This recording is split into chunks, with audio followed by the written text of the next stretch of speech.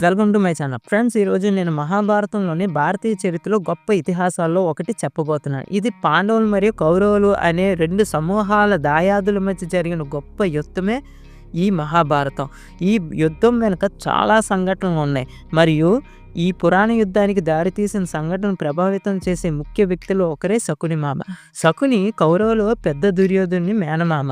దుర్యోధని ఆశయాలు మరియు చర్యలు రూపొందించడంలో ఆయన ముఖ్యమైన పాత్ర పోషించారు. శకుని తన జిత్తులమారి బుద్ధికి మరియు అతని మాయాపాచికలకు ప్రసిద్ధి చెందాడు.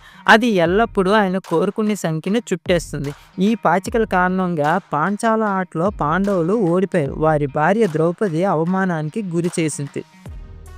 మహాభారత యుద్ధం ప్రారంభమయ్యే ముందు ఇతిహాసాల సంఘర్షణకు వేదికగా నిలిచింది. చాలా సంఘటనలు కూడా జరిగాయి. కురువంశానికి చెందిన అంధుడైన రాజుగా ప్రసిద్ధి చెందిన ధృతరాష్ట్రుని వివాహం గాంధార యువరాణి గాంధారితో జరగడం అటువంటి సంఘటన.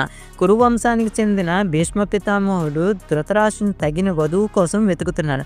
అతను గాంధారి రాజు కుమార్తె గాంధారి గురించి తెలుసుకున్నాడు. అది అప్పుడు ఆఫ్ఘనిస్తాన్ అని పిలువబడే ప్రాంతంలో ఉందని ఒక నమ్మకం. ఇది చిన్న రాజ్యం. భీష్ముడు ధృతరాష్ట్రుని వివాహ ప్రతిపాదనకు గాంధారి తండ్రి గాంధారి నరేశుడిని సంప్రదించాడు. అయితే ధృతరాష్ట్రుడు అంధుడు కాబట్టి గాంధారి నరేశుడు సంశయించాడు. తన అయిష్టత ఉన్నప్పటికీ గాంధారి నరేశుడు శక్తివంతమైన కురువంశాన్ని తిరస్కరించలేకపోయాడు. అందుకే అతను వివాహానికి అంగీకరించాడు. పెళ్లి తర్వాత భీష్ముడు ఒక షాకింగ్ సీక్రెట్ తెలుసుకున్నాడు. గాంధారి ఒక హిందూ జ్యోతిష్య శాస్త్రం ప్రకారం వారి జీవిత భాగస్వామి దురదృష్టాన్ని తెస్తుందని నమ్ముతారు. ఈ దురదృష్టాన్ని ఎదుర్కోవడానికి గాంధారికి మొదట మేకతో వివాహం జరిగింది. ఆపై బలి ఇవ్వడం జరిగింది. ఈ ఆచారం మేకకు దురదృష్టాన్ని బదిలీ చేయడాన్ని ఉద్దేశించబడింది. భీష్ముడు ఈ మోసం గురించి తెలుసుకున్నప్పుడు అతన్ని మోసం చేసినట్టుగా భావించాడు. ఆ కోపంతో గాంధారి కుటుంబం సభ్యులంతా కురురాజ్య రాజధాని హస్తినాపురానికి స్వాగతం పలుకుతున్నారనే నేపంతో ఆహ్వానించాడు. వారి రాకతో భీష్ముడు గాంధారి కుటుంబానికి ఒక చిన్న గదికి పరిమితం చేసి వారికి ప్రతిరోజు ఒక పిడికెడు అన్నం మాత్రమే పెట్టాడు. ఈ కొద్దిపాటి ఆహారం వాటిని పోషించేందుకు సరిపోలేకపోవడంతో ఒక్కొక్కరుగా చనిపోవడం ప్రారంభించారు. కుటుంబ సభ్యుల్లో గాంధారి సోదరుడు శకుని బ్రతకాలని నిశ్చయించుకున్నారు.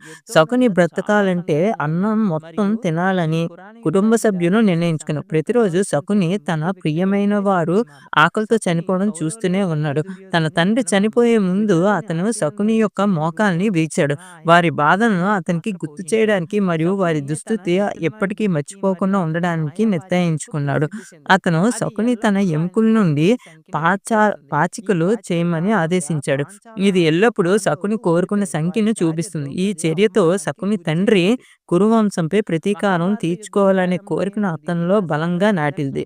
శకుని తన కుటుంబ కురులను కలిగించిన బాధ వారి నాశనం చేస్తూ ప్రతిజ్ఞ చేశాడు. ఒక ఆటలో పాండవులను ఓడించడానికి అతను తన మాయాపాచికలను ఉపయోగించాడు. అది వారి పతనానికి మరియు ద్రౌపది అవమానానికి దారితీసింది. ఇది చివరికి మహాభారత యుద్ధానికి దారితీసింది. ఇతిహాసం అంతటా శకుని తన ప్రతిజ్ఞ నెరవేర్చుకోవడానికి సంఘటనలను తారుమారు చేశాడు. పాండవులకు వ్యతిరేకంగా దుర్యోధని మనసులో విషపూరితంగా చేయడంతో అతని ప్రధాన పాత్ర పోషించాడు. అది అనేక పథకాలు మరియు కుట్రలను దారితీసింది. అతని అంతిమ లక్ష్యం కురువంశాన్ని నాశనం చేయడం. యుద్ధ సమయంలో శకుని భీష్మ పితామహుడు, గురు ద్రోణాచార్యుడు, కర్ణుడు మరియు దుశ్శాసనంతో సహా అనేక మంది యోధుల మరణం చూశాడు. అతను కౌరవుల సంపూర్ణ వినాశనాన్ని కూడా చూశాడు మరియు అతని తండ్రికిచ్చిన వాగ్దానాన్ని నెరవేర్చుకునేందుకు భయంకరమైన సంతృప్తిని అనుభవించాడు. యుద్ధం యొక్క 18వ రోజున పాండవుల్లో ఒక్కడైన సహదేవుడు శకునిని ద్వంద్వ యుద్ధానికి సవాల్ చేశాడు. శకుని తెలివైనవాడు అయినప్పటికీ సహదేవుడు కూడా తెలివైనవాడే. శకుని పేనం నుంచి గతం గురించి తెలుసు. అతను శకుని యుద్ధం ఆపమని ఒప్పించడానికి ప్రయత్నించాడు. అతను తన ప్రతీకారం తీర్చుకుంటానని, గాంధారాన్ని తిరిగి పాలిస్తానని చెప్పాడు. ఓ అరుదైన క్షణంలో శకుని సహదేవుడు తన జీవిత కథను పంచుకున్నాడు. అతని బాల్యము, అతని కుటుంబం యొక్క బాధలు మరియు అతను చేసిన అనేక నేరాలను వివరించాడు. అతను తన చర్యల భారాన్ని ఇక భరించలేనని ఒప్పుకున్నాడు మరియు అంతం కావాలని కోరుకున్నాడు. అతని పశ్చాత్తాపం ఉన్నప్పటికీ శకుని సహదేవునిపై దాడి చేశాడు. అది అతని మరణానికి దారి తీస్తుందని తెలుసు. సహదేవుడు ధైర్యంగా పోరాడి చివరికి శకుని శిరస్సు ఖండించాడు. ప్రతీకార జీవితాన్ని ముగించుకొని తన విధిని నిర్వహించుకున్నాడు. శకుని కథ నొప్పి, ప్రతీకారం మరియు అతని కుటుంబాల పట్ల విధేయత ఉంటుంది. అతని చర్యలు అతను భరించిన అపారమైన బాధల నుండి అతని కుటుంబం ప్రతీకారం తీర్చుకోవాలని వాగ్దానం చేయడం ద్వారా నడిచాయి. ఈ మహాభారతంలో కీలకమైన భాగం ఇతిహాసానికి చాలా బలవంతంగా క్లిష్టమైన పాత్రలు మరియు లోతైన ఉద్వేగాల్ని ప్రదర్శిస్తుంది.